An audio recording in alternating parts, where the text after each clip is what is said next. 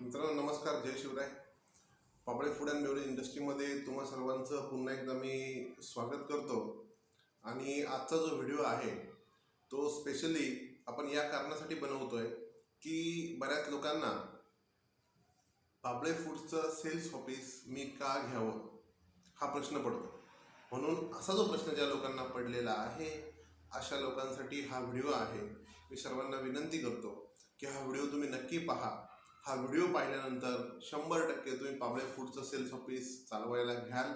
ह्या व्हिडिओच्या माध्यमातून मी सर्व मुद्द्यांचा व्यवस्थितपणे अभ्यास करून व्यवस्थितपणे तुम्हाला माहिती देण्याचं काम ह्या व्हिडिओच्या माध्यमातून करणार आहे. म्हणून तुम्ही हा व्हिडिओ व्यवस्थितमध्ये ऐकावा, व्यवस्थितमध्ये पाहावा ही मी तुमच्यासमोर एक विनंती करतो.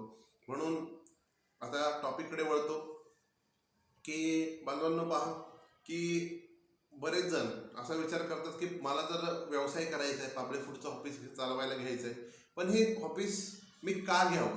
आणि तुमचा पण मुद्दा बरोबर आहे, तुम्ही हे ऑफिस का चालवायला घ्यावं. कारण व्यवसाय म्हटलं की नफा आला आणि जर नफा मिळत असेल तरच माणूस व्यवसाय हा करत असतो. व्यवसायाकडे वळण्याचं मुख्य कारण हा नफा असतो. म्हणून या नफ्याच्या कारणाने आपण या ठिकाणी वळत असतो. आज मी तुम्हाला काही 5 ते 6 पॉईंट हे सांगणार आहे. हे 5 ते 6 पॉईंट जे आहेत हे तुम्ही व्यवस्थितपणे ऐका. मित्रांनो पहा, पुन्हा एकदा सांगतो, हे 5 ते 6 पॉईंट तुम्ही व्यवस्थितपणे ऐका. हे 5 ते 6 पॉईंट जर तुम्ही व्यवस्थितपणे ऐकले तर 100% सांगतो तुम्ही पापळे फूड अँड बेवरेज इंडस्ट्रीचं ऑफिस हे 100% चालवायला घ्याल म्हणजे घ्यालच. आणि त्यातून खूप सारा नफा तुम्ही कमवाल एवढी मला तरी माझ्याकडे 100% गॅरंटी आहे. म्हणून ह्या व्हिडिओच्या माध्यमातून मी जे तुम्हाला आता 6 पॉईंट सांगणार आहे ते तुम्ही व्यवस्थितमध्ये ऐकावेत, पाहावेत एवढी तुमच्याकडे नम्र विनंती करतो. मित्रांनो, पापळे फूडचं ऑफिस तुम्ही ह्या कारणासाठी घेतलं पाहिजे. प्रथम कारण आहे ते म्हणजे सिस्टमॅटिक कामाची पद्धत. दुसरं जे कारण आहे कमी कॉम्पिटिशन, म्हणजे मार्केटिंग आणि सेल्स इंडस्ट्रीमधलं सेल्स करणाऱ्या ज्या कंपन्या आहेत त्या कमी आहेत उत्पादन करणाऱ्यापेक्षा, ते कमी कॉम्पिटिशन सेल्स आणि मार्केटिंगमधलं. तिसरं आहे 95% नफा. चौथं जे आहे बाजारात जो विक्री करतो त्यालाच किंमत मिळते. म्हणजे मोठे मोठे उत्पादक जे आहेत ते विक्री करणारा कोण आहे हे पहिलं पाहतात आणि मग उत्पादन करायचं की नाही हे बऱ्याचदा ठरवतात. म्हणून बाजारात जो विक्री करतो त्यालाच किंमत. 5वा जो पॉईंट आहे पापळे फूड्स मार्केटमध्ये जी वस्तू किंवा जे प्रोडक्ट चालतं ते प्रोडक्ट आपल्या बांधवांना तयार करायला लावतं. व्हिडिओच्या माध्यमातून पुढे मी तुम्हाला हे विस्तृतमध्ये सांगेन. परत एकदा ऐका की पापळे फूड्स मार्केटमध्ये जे प्रोडक्ट चालतं त्या प्रोडक्टची निर्मिती उत्पादन करायला आपल्या बांधवांना सांगतं. म्हणजे मार्केटचा सर्वे करून जे प्रोडक्ट चालणार आहे ते प्रोडक्ट आपल्याकडे जर अवेलेबल नसेल तर ते आपण अवेलेबल करायला आपल्या बांधवाला लावतो. आणि शेवटचा मुद्दा जो आहे 6वा तो म्हणजे 1 वर्षानंतर, म्हणजे पापळे फूडचं ऑफिस तुम्ही चालवायला घेतल्याच्या 1 वर्षानंतर तुमची स्थिती काय असेल. हे 6 पॉईंट मी तुम्हाला टप्प्याटप्प्याने सांगणार आहे. मग तुमच्या लक्षात येईल की पापळे फूडचं ऑफिस आपण का चालवायला घेतलं पाहिजे. मित्रांनो, सिस्टमॅटिक कामाची पद्धत. पहिले पॉईंटकडे येऊया आपण. मित्रांनो पहा की आपण लोकल डिस्ट्रीब्युटर अनेक पाहिलेत आणि हे लोकल डिस्ट्रीब्युटर 1 महिना काम करतात, दुसऱ्या महिन्यात कुठेतरी बंद करतात किंवा दुसऱ्या महिन्यात एक प्रोडक्ट आणतात, तिसऱ्या महिन्यात तिसरंच प्रोडक्ट आणतात, चौथ्या महिन्यात वेगळंच काही असतं. म्हणजे त्यांना जिथे मार्जिन मिळेल ते प्रोडक्ट ते ग्राहकाला देण्याचा किंवा रिटेल शॉप्सला देण्याचा एक पर्याय ते शोधत असतात. आणि त्यामुळे बऱ्याचदा प्रोडक्टमध्ये व्हरायटी येते आणि त्याच्या शब्दावर घेणारे घेतात, परंतु कंटिन्यू त्याला तेवढा प्रॉफिट राहत नाही. पापळे फूडची कामाची पद्धत एवढी सिस्टमॅटिक आहे की पापळे फूड काय करतं की तुम्हाला प्रथमतः जेव्हा तुम्ही सेल्स ऑफिस घेता तेव्हा तुम्हाला प्रथमतः ॲप देतं. म्हणजे जो पापळे फूडचा ॲप आहे तो ॲप तुम्हाला मिळतो. त्या ॲपच्या थ्रू आम्ही तुम्हाला एक ट्रेनिंग दिलेली असते की कशा पद्धतीने 1000 दुकानांशी जोडायचं. लक्षात घ्या, तुम्ही पापळे फूडचं सेल्स ऑफिस घेतल्यानंतर तुम्हाला दुकानांनाच माल टाकायचा आहे. लक्षात घ्या, बऱ्याच जणांच्या डोक्यामध्ये असं असेल की पापळे फूडचं जे सेल्स ऑफिस आहे ते सेल्स ऑफिस म्हणजे एक रिटेलचं शॉप. तसं काही प्रकार नाही. आपण फक्त दुकानदारांसाठीच काम करत असतो, दुकानदारांनाच आपण माल देत असतो. उत्पादकाला आपण उत्पादन करायला लावतो आणि त्याचं उत्पादन आपण आपल्या कंपनी थ्रू हे रिटेलच्या शॉपवाल्यांपर्यंत, मॉलवाल्यांपर्यंत, सुपर शॉपिंग काय असेल, जे काय असेल त्यांच्यापर्यंत आपण हे पोहोचवत असतो. तर मित्रांनो, प्रथमतः आपण ॲपच्या थ्रू काम करतो. म्हणजे ॲपमध्ये तो सर्व डेटा सेव्ह करतो आणि त्यानंतर ॲपचा वापर आपण कंटिन्यू करत राहतो. ऑर्डर देखील आपण ॲपवरच घेत असतो. त्यानंतर तुम्हा लोकांना एक पापळे फूड्सकडून टेलिकॉलिंग आणि मेसेजिंगची सुविधा मिळते. टेलिकॉलिंगची म्हणजे काय की तुम्हाला जो 1000 डेटा दिलेला आहे तो डेटा आपण 1 महिन्यानंतर असा पाहतो की ज्याच्याकडे आपली 2 वेळा गेलो 3 वेळा गेलो तर आपला माल का घेत नाहीये. म्हणजे 1000 दुकानांमध्ये पहिल्या महिन्यामध्ये तुमच्याकडे 700-800 लोक माल घेतील, 200 लोकांनी 2 वेळा जाऊन का माल नाही घेतला याचा अभ्यास केला जातो. आणि त्याचा अभ्यास केल्यानंतर ती जी दुकानं आहेत त्या दुकानांना पापळे फूडच्या मेन जे ऑफिस आहे, कॉल सेंटर जे आपलं असणार आहे मुंबईमध्ये, तिथून त्यांना कॉल केला जाणार आहे. आणि ते कॉल केला गेल्यानंतर त्यांना सांगितलं जाणार आहे की सर एक्झॅक्टली तुमचा म्हणजे काय प्रॉब्लेम आहे, की प्रोडक्ट आमचं आवडलं नाही, किंवा त्यांच्या असणाऱ्या समस्या आपण जाणून घेऊन त्यांना कन्व्हिन्स करून ते आपले प्रोडक्ट आपण त्यांना देणार आहे. म्हणून अशा पद्धतीने तुम्हाला एक सपोर्ट मिळणार आहे कॉलिंगचा. त्याचबरोबर तुमचे जेव्हा आपण एखादी ऑर्डर देतो, ऑर्डर दिल्यानंतर बऱ्याचदा काय होतं की कोणता डिस्ट्रीब्युटर हा कोणालाच थँक्यू वगैरे काय म्हणायच्या भानगडीत पडत नाही. म्हणजे तोंडावर म्हणू शकतो तो जार वगैरे घेतल्यानंतर किंवा कोणत्याही मालाची विक्री त्या रिटेलरला केल्यानंतर धन्यवाद, थँक्यू, आभारी असं म्हणू शकतो. परंतु प्रत्येकजण म्हणेलच असं नाही आहे किंवा सिस्टमॅटिकपणा नसतो. म्हणून आपण काय करतो, एक थँकिंग कॉल पण देतो. आपला माल घेतल्यानंतर हेड ऑफिसकडून, म्हणजे जो सेल्स ऑफिस तुमचं जे तुम्ही चालवणार आहे, तुम्हाला हे काही करायचं नाही. हेड ऑफिस हे स्वतः करेल की ज्या डेटावर दिवसभरामध्ये तुम्ही डिलिव्हरी दिली आहे दुसऱ्या दिवशी त्या डेटावर कॉल जातो आणि त्यांना सांगितलं सर तुम्ही पापळे फूडचं प्रोडक्ट घेतल्याबद्दल तुमचं खरोखर आम्ही आभार मानतो आणि आमचं इथे ते सेल्स ऑफिस आहे, तर त्या सेल्स ऑफिसकडून तुम्हाला काही जर लागलं तर तुम्ही बिंदासपणे फोन करा. आणि तो फोन त्यांना आपण प्रोव्हाइड केलेला असतो आणि ॲप देखील त्यांना आपण डाउनलोड करायला होतो. आणि फोन कशासाठी देतो म्हणजे नंबर कशासाठी देतो, तर कसं असतं की कोणत्याही गोष्टीला आपण 2-3 पर्याय जर असले तर बरं पडतं. म्हणजे जरी त्यांनी ॲपवर नाही ऑर्डर प्लेस केली तरी फोन करून डायरेक्टली ऑर्डर प्लेस करू शकतात. कारण एकंदरीत आपल्याला काय पाहिजे तर end of the day sell पाहिजे. म्हणून आपण प्रथमतः ॲप देतो, ॲपवर सांगितल्याप्रमाणे सगळा डेटा करून घेतो, त्यानंतर टेलिकॉलिंगची सुविधा देतो, मेसेजिंगची सुविधा देतो. त्यानंतर आपण काय करतो की म्हणजे ॲप देण्याच्या पूर्वी पण की एक जाहिरात जी असते आपली, म्हणजे त्या एका व्हिडिओमध्ये यापूर्वी सांगितलेलं आहे की आपण जसं सेल्स ऑफिस घेतात आपले कोणी बांधव, तसं आपण पहिल्यांदा त्या 3 व्हीलरवर 4 व्हीलरवर आपण पूर्णपणे जर साऊंड लावण्याची जर अनुमती असेल, तिकडे परवानगी असेल त्या भागामध्ये साऊंड लावून आपण ॲडव्हर्टाइजमेंट करत असतो, जेणेकरून बाबा इथे पापळे फूडचं एक ऑफिस सुरू झालं असं लोकांना कळतं. त्याचबरोबर आपण त्यांना पॅम्पलेट वगैरे सगळं देत असतो. म्हणजे तुम्हा लोकांना पॅम्पलेट वगैरे सगळं काही मिळतं आणि त्याच्यामुळे काय होतं की एक सिस्टमॅटिकपणा त्याच्यामध्ये राहतो. म्हणजे जाहिरात केली जाते, ॲप दिला जातो, ॲप नंतर टेलिकॉलिंग, त्यानंतर मेसेज, त्यानंतर पहा की तुम्हाला ट्रेनिंग देखील प्रोव्हाइड केली जाते. मग ट्रेनिंग ही कशा पद्धतीने प्रोव्हाइड केली जाते, बरं का केली जाते, ऑनलाईन, सहसा ऑनलाईन ट्रेनिंग असू शकते. एखादी ऑफलाईन असेल तर त्याची गरज जर भासली तर आपण ऑफलाईन देखील ट्रेनिंग करणार आहोत. परंतु ऑनलाईन ट्रेनिंग देत असताना आपण ट्रेनिंग का देतो, तर पहा बांधवांनो, कुठचंही काम करत असताना जर तुम्ही व्यवस्थित मध्ये प्रशिक्षित असाल तर 100% ते काम खूप छान होतं. लक्षात ठेवा. म्हणजे जर 100% जर तुमचं प्रशिक्षण झालेलं असेल तर तुम्ही 100% व्यवस्थितमध्ये ते काम करणार आहे. म्हणून ट्रेनिंग जर दिल्यानंतर तुम्हाला कळतं की आपण कुठे चुकतोय किंवा आपल्याकडे आपल्या बांधवांना आपण काय देऊ शकतो, म्हणजे रिटेल शॉपला आपण काय देऊ शकलो नाही आणि आपलं कुठे चुकतंय का, आपलं रेग्युलर रूट होत नाही का, या सगळ्याचं ट्रेनिंग तुम्हाला प्रॉपरली दिलं जातं, जेणेकरून तुमच्या सेलमध्ये चांगल्यापैकी कन्सिस्टन्सी राहते, सातत्य राहतं आणि तुम्हाला पुढे जाऊन फायदा त्याचा मिळतो. त्यानंतर तुम्हाला सिस्टमॅटिक कामाच्या पद्धतीने सगळ्यात महत्त्वाचा जो हे मुद्दा आहे त्याच्यामध्ये पापळे फूड्स काय करतं, टप्प्याटप्प्याने प्रोडक्ट्स जे आहेत ते मार्केटमध्ये उतरवतं. मग टप्प्याटप्प्याने प्रोडक्ट कसं काय मार्केटमध्ये उतरवतं पापळे फूड्स, म्हणजे समजा पापळे फूड्सकडे आता 50-55 प्रोडक्ट आहेत, जवळजवळ 90 प्रोडक्ट आहेत, पण त्यातले 50-55 मार्केटमध्ये चालतील असे प्रोडक्ट आपल्याकडे सध्या आहेत, ते पण ए क्वालिटीचे प्रोडक्ट आहेत. आणि मग ते प्रोडक्ट 50 एकत्र उतरवल्यावर आपल्याला रिस्पॉन्स मिळेल का, तर तसा रिस्पॉन्स मिळत नाही मित्रांनो. कोणतीही गोष्ट जी आहे ना तर ही तुम्हाला टप्प्याटप्प्याने करायची असते. प्रथमतः आपण 3च प्रोडक्ट उतरवतो. म्हणजे जसं की प्रथमतः जर बघायला गेलं तर आपण चिक्की, म्हणजे जेव्हा तुम्ही सेल्स ऑफिस घ्याल पापळे फूडचं तेव्हा तुम्हाला काय केलं जाईल, प्रथमतः चिक्की. आपल्याकडे जी चिक्की आहे महाराष्ट्रात, गुजरातमध्ये कुठेच नाही याची चिक्की एवढी टेस्टी आहे की तुम्हाला रिपीट ऑर्डर येते. म्हणजे 1000 दुकानांना तुमचे 2000 चार्ज जातील. प्रथमतः आपण काय करतो, जेव्हा तुम्ही सेल्स ऑफिस ओपन करता तेव्हा आपण प्रथमतः तुम्हाला चिक्की देतो. चिक्की बरोबर चॉकलेट बरोबर अगरबत्ती आणि त्याच्याबरोबर जमलं तर पाणी. आता सध्या पाण्याचा असा विषय आहे की आपण ब्रँड करणार आहोत वॉटरमध्ये, जेणेकरून आपल्याला इतरांपेक्षा 2 रुपये स्वतःहून दुकानदार काढून देतील अशा क्वालिटीचं आपण वॉटर जे आहे ते मार्केटमध्ये उतरवणार आहोत. पण प्रथमतः तुम्ही सेल्स जेव्हा चालू कराल सेल्स ऑफिस, तेव्हा तुम्हाला हे 3च प्रोडक्ट का दिले जातात त्याचं कारण मी तुम्हाला सांगतो आणि त्याचं मार्जिन देखील तुम्हाला जे आहे ते मी तुम्हाला समजावून सांगतोय. तर पहा, जेव्हा तुम्ही 3 प्रोडक्ट घेऊन मार्केटमध्ये जाता, म्हणजे प्रथम तर तुम्ही चिक्की घेऊन जाता, चॉकलेट घेऊन जाता आणि त्याचबरोबर अगरबत्ती घेऊन जाता. तुम्हाला माहिती आहे की 10 रुपयामध्ये आणि 5 रुपयामध्ये जास्त करून लोकांची जी रिक्वायरमेंट असते ती ह्याच्यामध्येच असते. मग त्याच्यामध्ये लोक काय करतात की चिक्की 5 रुपयाची झाली, 10 रुपयाची झाली, चॉकलेट 1 रुपयात झालं, 2 रुपयात झालं, 5 रुपयात झालं, त्याच्यामध्ये लॉलीपॉप पण येऊ शकतात. आणि त्याचबरोबर अगरबत्ती जी आहे की अगरबत्ती देखील 10 रुपयाची अगरबत्ती आजकाल सगळ्यात चांगली म्हणजे मार्केटमध्ये जाते, खप तिथे चांगला होतो. मग याच्यामध्ये प्रॉफिट बेस कसा राहतो? का बरं 3च दिलं जातं?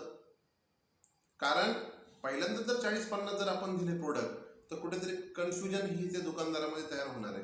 म्हणून प्रथमतः 3च प्रोडक्ट आपण देतो आणि ते 3 प्रोडक्ट जर आपण तुम्हाला जर दिले तर तुम्हाला ते प्रेझेंट करायला पण सोपे जातात. तसंच सेल्स ऑफिस जे सुरू झाले त्याची माहिती मिळवण्यासाठी म्हणजे मिळण्यासाठी जे रिटेल शॉप आहेत त्यांना देखील सोपं जातं. हा बाबा इथे पाबळे फूडचं ऑफिस आहे आणि इथे जाऊन आपण काही पण म्हणजे खरेदी करू शकतो किंवा आपण आपल्याकडे डायरेक्टली त्यांना ऑर्डर देऊन डिस्ट्रीब्युशन टाईपमध्ये आपला माल मिळवू शकतो. अशा पद्धतीने त्यांना कळतं. प्रथम तर तुम्ही चिक्की दिली, चिक्की दिल्यानंतर तुमचा मार्जिनचा रेशो कसा असतो हे मी तुम्हाला पुढच्या पॉईंटमध्ये सांगेन. तर प्रथमतः ही तुम्हाला मी 3 ते 4 प्रोडक्ट देत असतो, त्यानंतर टप्प्याटप्प्यामध्ये सगळे प्रोडक्ट. पण लक्षात ठेवा एकही प्रोडक्ट आपलं असं नसतं की ज्याला क्वालिटी नाही.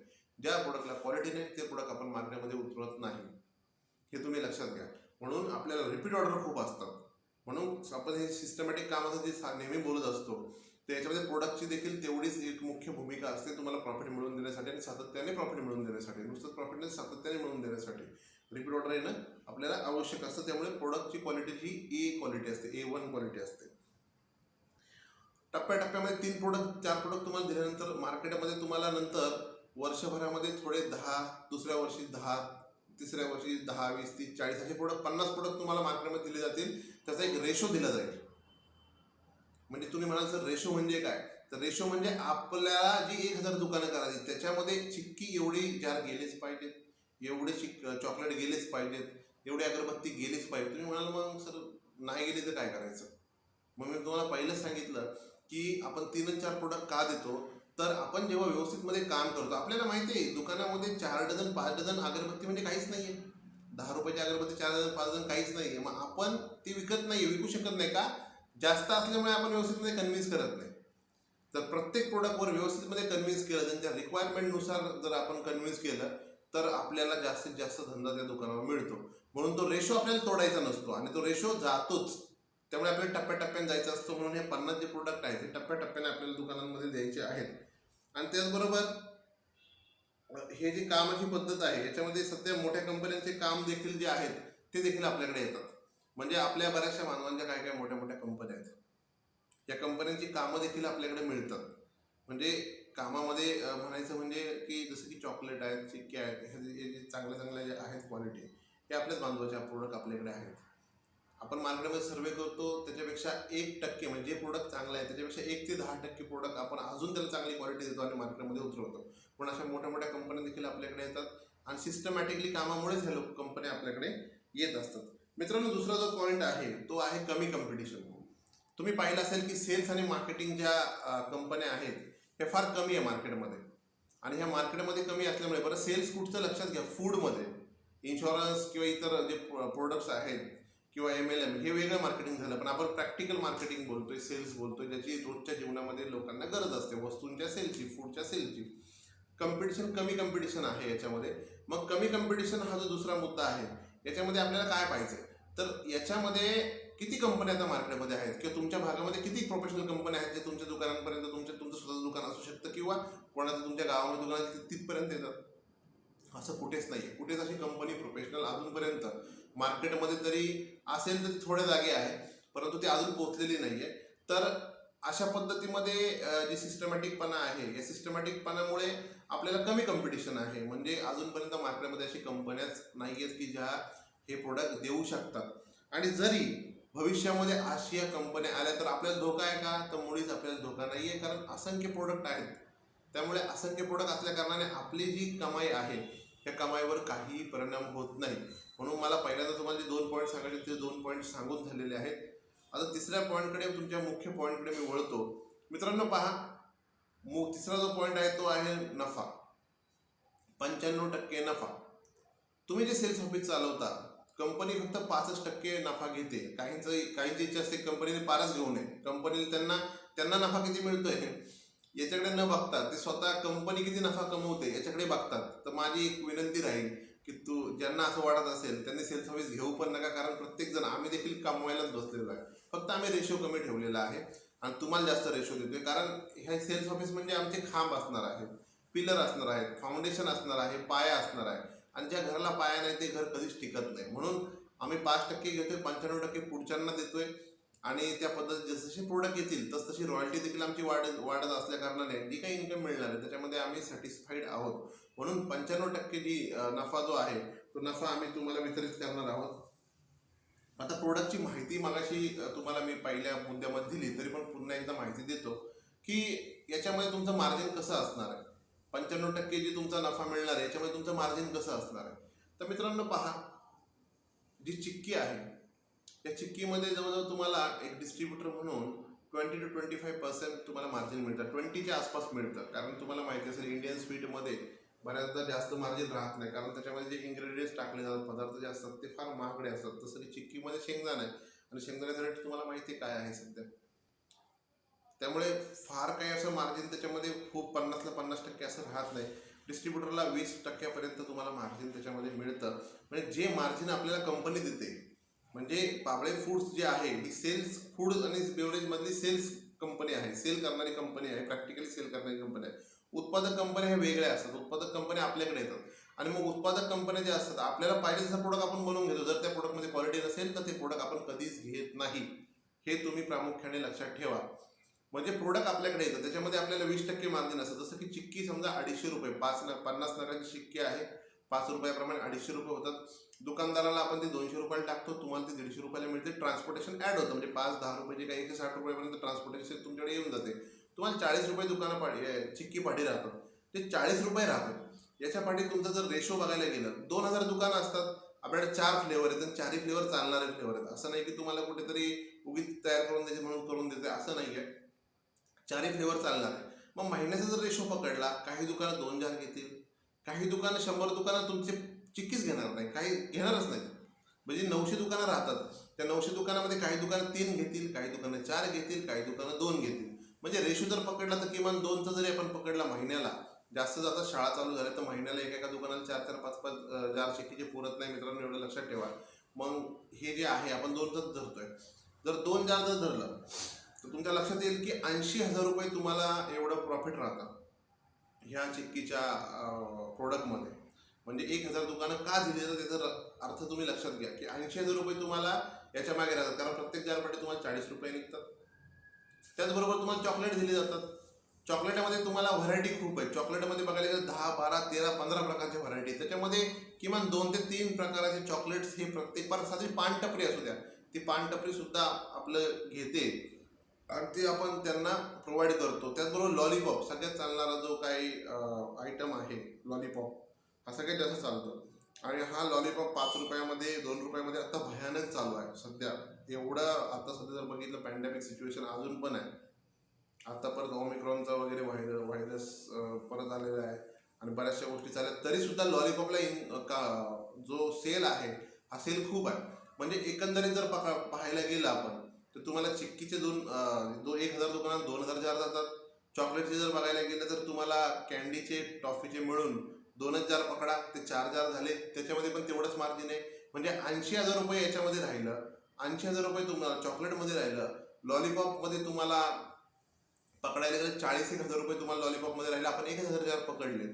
आणि अगरबत्ती जी आहे 10 रुपयाची, हिला चांगला सेल आहे मार्केटमध्ये, खूप सेल आहे, खूप सेल आहे.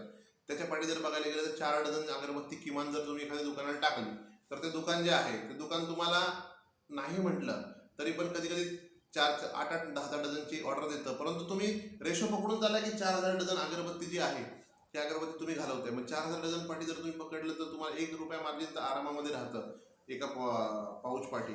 मग तिथे तुम्हाला 1 रुपयामध्ये जर पकडायला गेलं तुम्ही तर किमान तुम्हाला 4000 × 12 म्हणजे 4000 डझन, एका डझनला 12 रुपये मिळतात. 12 48,000 रुपये तुम्हाला तिथे मिळतात. म्हणजे चिक्कीमध्ये 80,000 रुपये, चॉकलेटमध्ये 80,000 रुपये, लॉलीपॉपमध्ये 40,000 रुपये आणि ही जी तुमची अगरबत्ती आहे, अगरबत्तीमध्ये तुमचे 48,000 रुपये. म्हणजे जर तुम्ही पाहायला जर गेलं तर 8-8-16 म्हणजे 80-80 1,60,000 रुपये. चॉकलेटचे लॉलीपॉपचे 40,000 रुपये, 2 लाख रुपये आले. आणि अगरबत्तीचे तुम्हाला एक 48,000 रुपये तुम्हाला मिळून जाते. म्हणजे टोटल 2,48,000 रुपये झाले. आणि पाणी जर तुमचं आपलं जर लवकर लॉन्च झालं तर पाण्यामध्ये तुम्हाला माहिती आहे की आरामामध्ये तुम्हाला चांगला सेल होतो. 40,000 ते 30,000 रुपये किमान पाणी तुम्हाला कमवून देतं. सगळं खर्च जाऊन मी तुम्हाला तुमची इन्कम सांगतोय तुम्हाला मिळणार आहे. म्हणजे कुठेतरी 3 लाखाच्या आसपास नुसते हे 4-5 प्रोडक्टमध्ये तुम्ही कमवणार आहे. आणि एकदा का ते सेट झाले की नंतर मग तुमचे पोहे असतील, साबुदाणा असेल, किराणाचे जेवढे काही आयटम्स आहेत ते सगळे आपण हळूहळू इन्क्लूड करत असतो. आणि आपण म्हणाल्याप्रमाणे म्हणजे मी 5वा मुद्दा जो सांगतोय तुम्हाला की त्याच्याप्रमाणे की आपण आपल्याच बांधवाला उत्पादन करायला सांगतो. सध्या मी आपल्या एका बांधवाला पोह्याचं उत्पादन करायला सांगितलेलं आहे.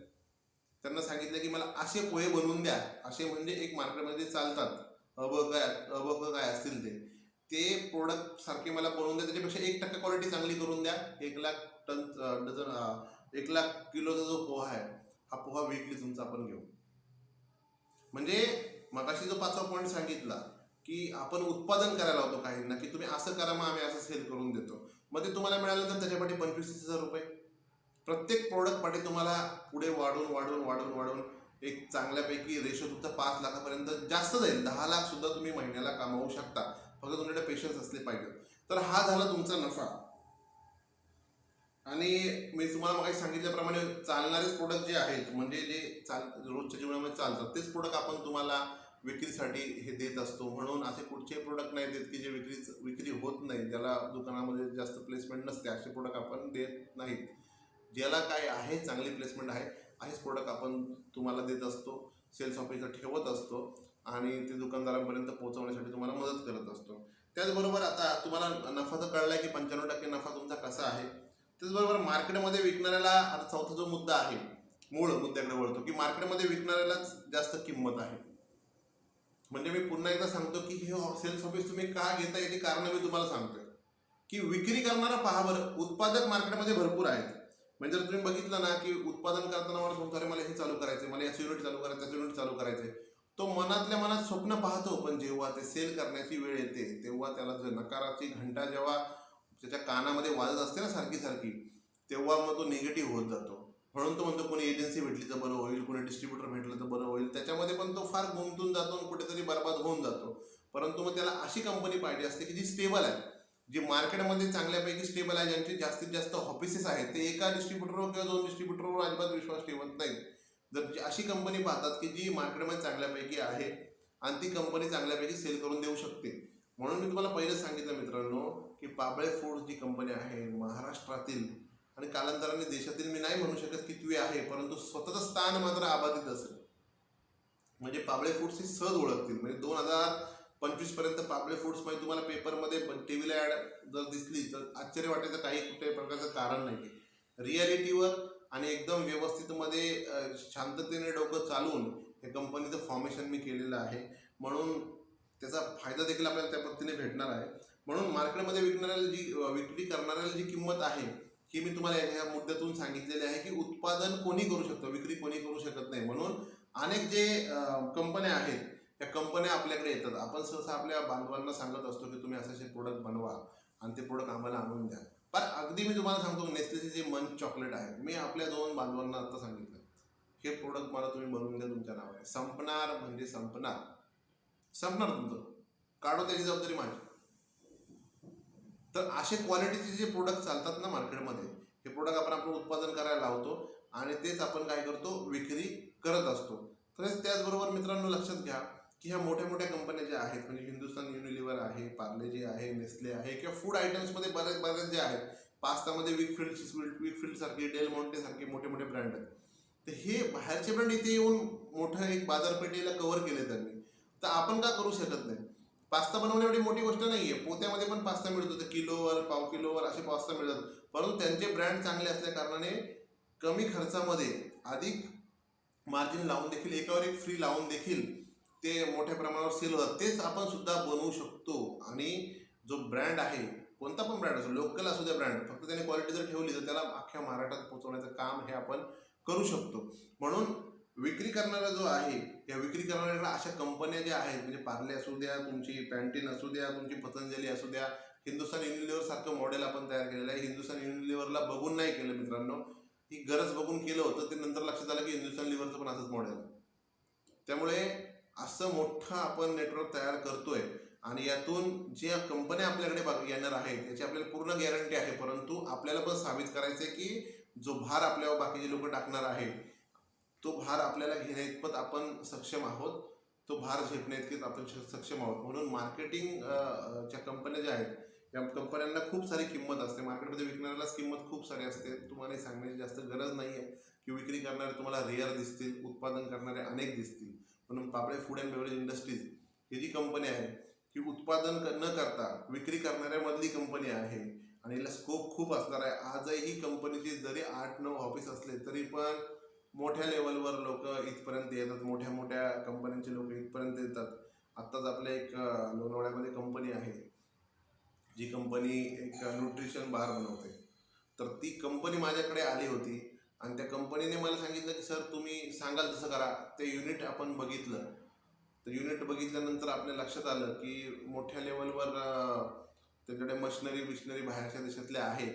आणि सेम असंच एक प्रपोजल आपले एक बांधव आहेत, आता नाव माझ्या लक्षात नाही आहे, मधल्या काळात मला भेटायला आले होते. ते देखील न्यूट्रिशन बार, ती पण लोणावळ्याचीच कंपनी आहे. तर त्यांची एक मिटिंग होती. हे बघितल्यानंतर माझ्या लक्षात आलं की हां, आपल्याला असं प्रपोजल आलं होतं. कारण धावपळीच्या जगात काय होतं, आता रोजच्या रोज धावपळ आपल्याला मला फार करावी लागते.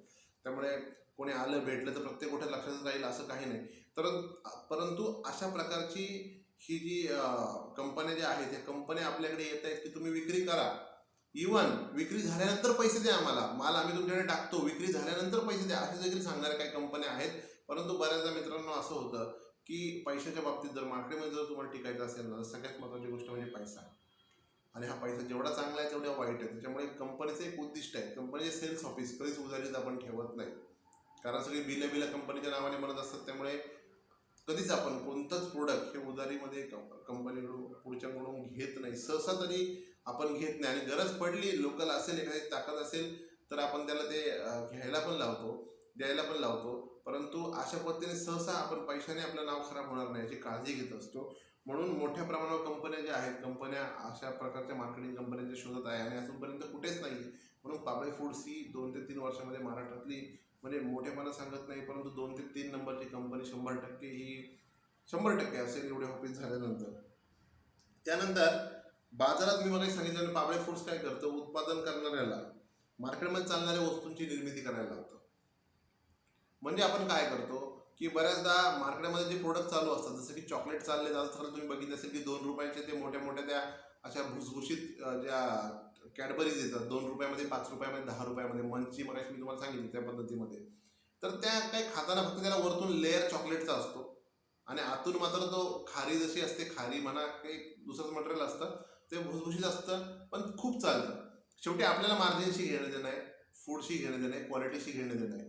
त्यामुळे ते जे प्रोडक्ट आहे ते प्रोडक्ट आपण कधी कधी आपल्या बांधवांना सांगितलेलं आहे, म्हणजे मगाशी मी तुम्हाला सांगितलं, दोघांना मी सांगितलं हे मला बनवून द्या.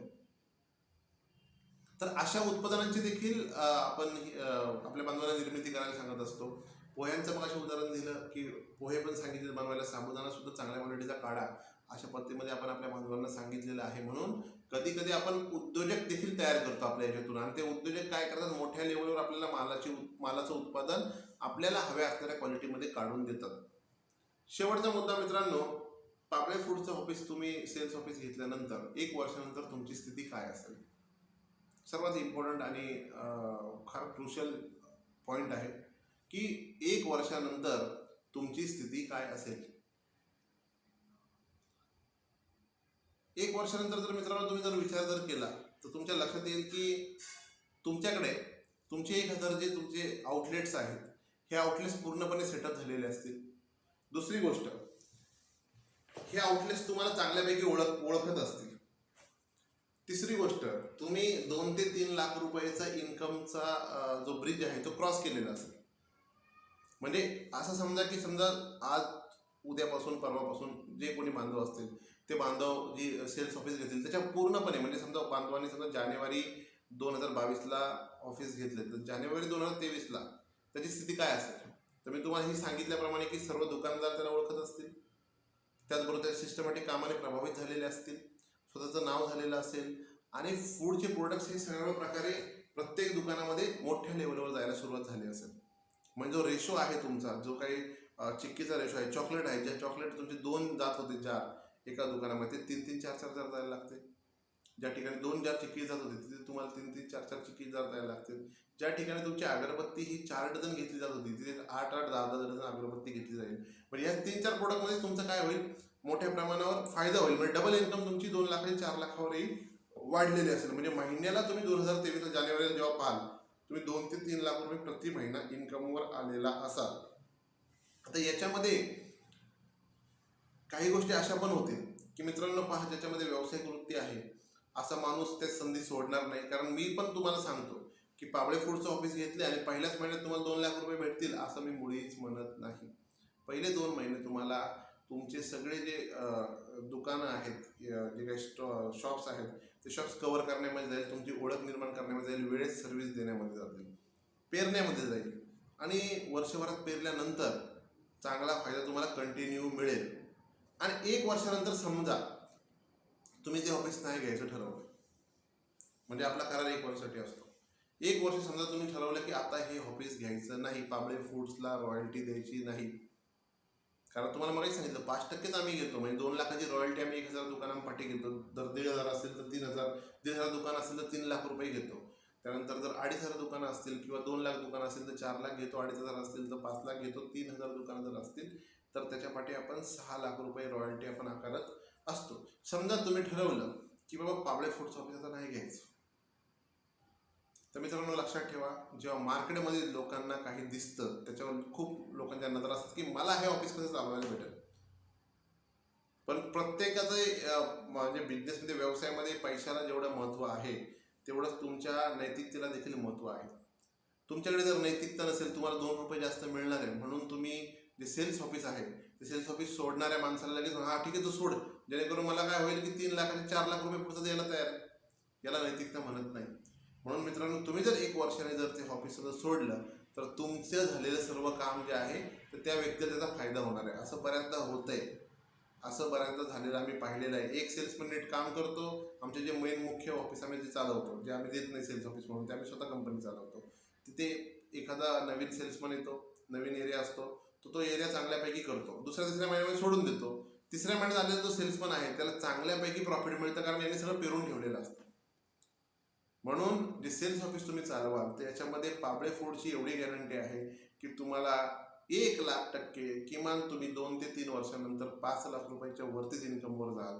कारण मी मगाशी सांगितलं की तुम्ही पाया आहे आणि घराचा पाया हा नेहमी माणूस स्ट्रॉंगच बनवतो, कारण त्याच्यावर जे काही रचणार आहे ते सर्व पायावर डिपेंड असतं. म्हणून तुम्हा लोकांना जास्तीत जास्त इन्कम मिळावी, ज्याच्या थ्रू तुम्हाला आम्हाला रॉयल्टी देण्यामध्ये कुठल्याही प्रकारची अडचण येणार नाही. आणि व्यावसायिक वृत्ती असल्यामुळे तुम्हाला हे माहिती आहे की तुमच्यामध्ये पण एक गोष्ट तयार झालेली असेल की यस, कोणतीही कंपनी प्रॉफिटसाठीच काम करत असते, म्हणून मी 65% प्रॉफिट घेणारी कंपनीवर जास्त घेत नाही आहे. म्हणून सेल्स ऑफिस जे लोक करणार आहेत यांनी सेल्स ऑफिस का घ्यावेत, मला असं वाटतं की ह्या व्हिडिओच्या माध्यमातून मी त्यांना पूर्णपणे माहिती दिलेली आहे. जर एखाद्याला काही डाऊट असेल त्याने नक्कीच फोन करा, परंतु ह्या व्हिडिओमध्ये जी माहिती मी दिलेली आहे ती माहिती पुन्हा मात्र विचारू नका, पूर्णपणे व्हिडिओ पहा. मित्रांनो, मी पुन्हा एकदा सांगतो की जे आम्ही 1000 दुकानांपाठी जे 2 ते 3 लाख रुपये घेतो हे फार कमी घेतोय. कंपनीची ही सुरुवात आहे. भविष्यामध्ये जे जुने आमच्यावर राहतील त्यांना कुठल्याही प्रकारे आपण म्हणजे चांगल्या प्रकारे सांभाळून घेणार आहे, कुठल्या प्रकारे त्रास देणार नाहीये आणि नवीनाला पण देणार नाहीये. पण जसं सेल्स ऑफिस चेंजेस होत जातील, काही जण समजा स्किप होतील, तर नक्कीच जर नवीन माणसं येणार त्यांच्याकडून रॉयल्टी मात्र आम्ही चांगली जास्त घेणार आहे. म्हणून जे कोणी आत्ता सेल्स ऑफिस घेणार आहेत त्यांना आमची विनंती एवढीच आहे की सध्याचे जे प्रोडक्ट आपण 3 ते 4 तुम्हाला देणार आहे त्याच्यासाठी आपण 2 लाख रुपये 1000 दुकानांपाठी रॉयल्टी घेणार आहे. ते सर्व सेल्स ऑफिस व्यवस्थितमध्ये स्टार्टिंगचे पॉईंट म्हणजे स्टार्टिंगचे काही दिवस जे आहेत ते सेल्स ऑफिस कसं चालवावं त्याचं सगळ्याचं ट्रेनिंग तुम्हाला देणार आहे. आमची टीम स्वतः तिथे येऊन काम करेल आणि थोडं तुम्हाला पहिल्यांदा सेटअप जी रॉयल्टी तुमची जी रॉयल्टी घेतो त्याच्याच खर्चामध्ये आम्ही बऱ्यापैकी आमच्या मार्फत तुमचं काम हे आम्ही करत असतो. म्हणून ज्या बांधवांना हे सेल्स ऑफिस चालवायला घ्यायचं आहे त्यांना ह्या व्हिडिओच्या माध्यमातून नक्कीच माहिती कळलेली असेल अशी अपेक्षा ठेवतो. आणि तुम्ही सर्वांनी हा व्हिडिओ पुन्हा पुन्हा पाहावा, जेणेकरून तुम्हाला एक चांगला इन्कम सोर्स मिळेल. एक याची मी तुम्हाला एक शाश्वती देतो. धन्यवाद. जय शिवराय.